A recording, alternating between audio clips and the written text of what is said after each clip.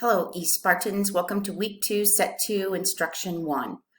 We're going to watch the instructional video on the elements of civilization, and after that, you will complete the SWIC, and then you will move to the assignment, which is the completion of the 4 spice charts for the ancient civilizations.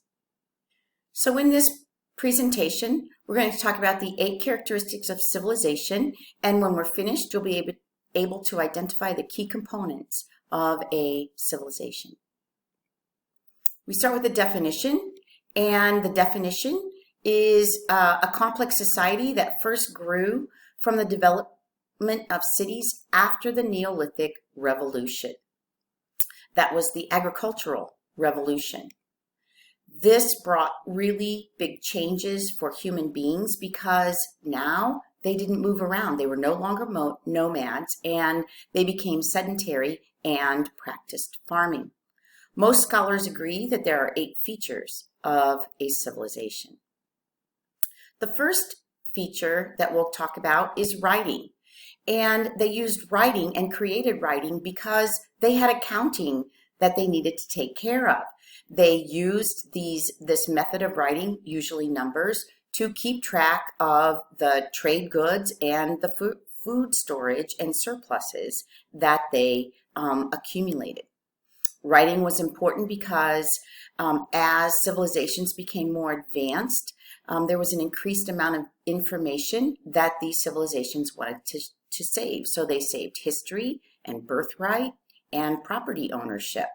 The Chinese used symbols early on, and in cuneiform we see also symbols, and in hieroglyphics we see symbols. We won't see our alphabet until the Phoenicians.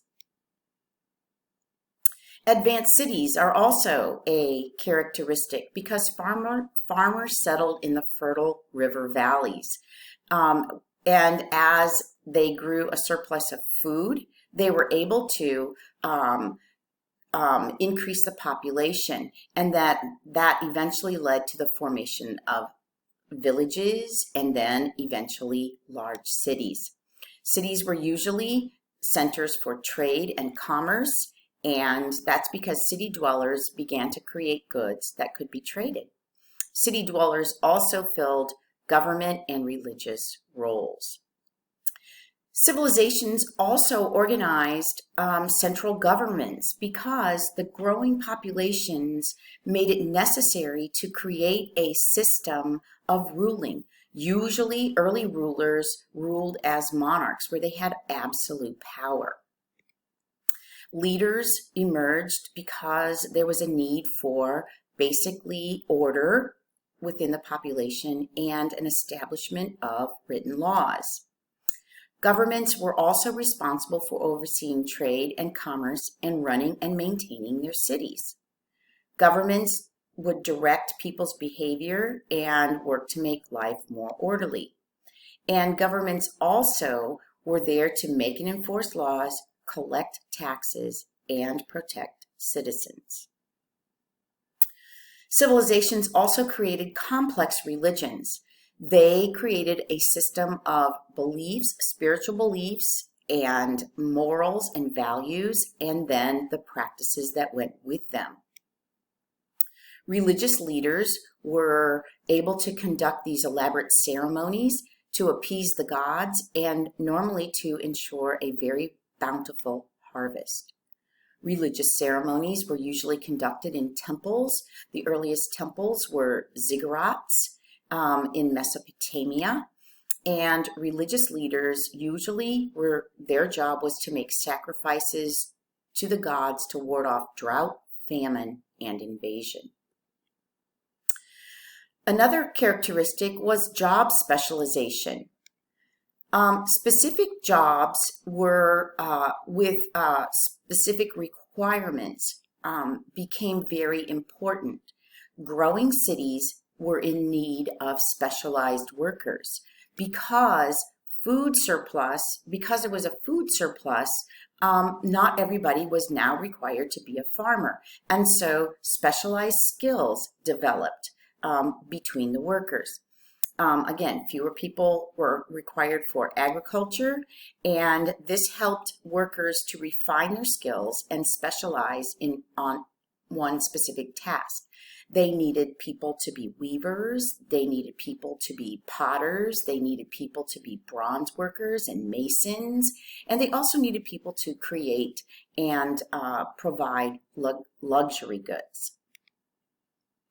Social classes, the division of people into social classes is another requirement of civilizations.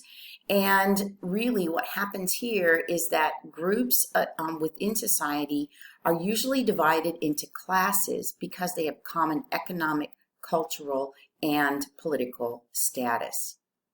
They're distinguished from each other by their wealth, their property ownership, and their political rights.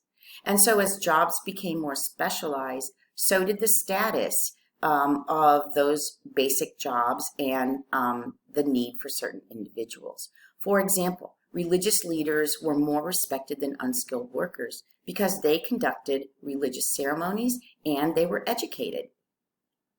Also, skilled laborers were probably more respected than unskilled laborers for the same reason. Their job was more necessary. Art and architecture is another important aspect because all civilizations had a highly developed culture, including the arts. And we can see that art included creative forms of expression such as paintings, architecture, literature, and music. One of the other important pieces were the public works projects. And these were structures that were created such as roads and dams and wells and irrigation projects that were created by government funds for public use. The government often ordered these costly building projects because they benefited the community.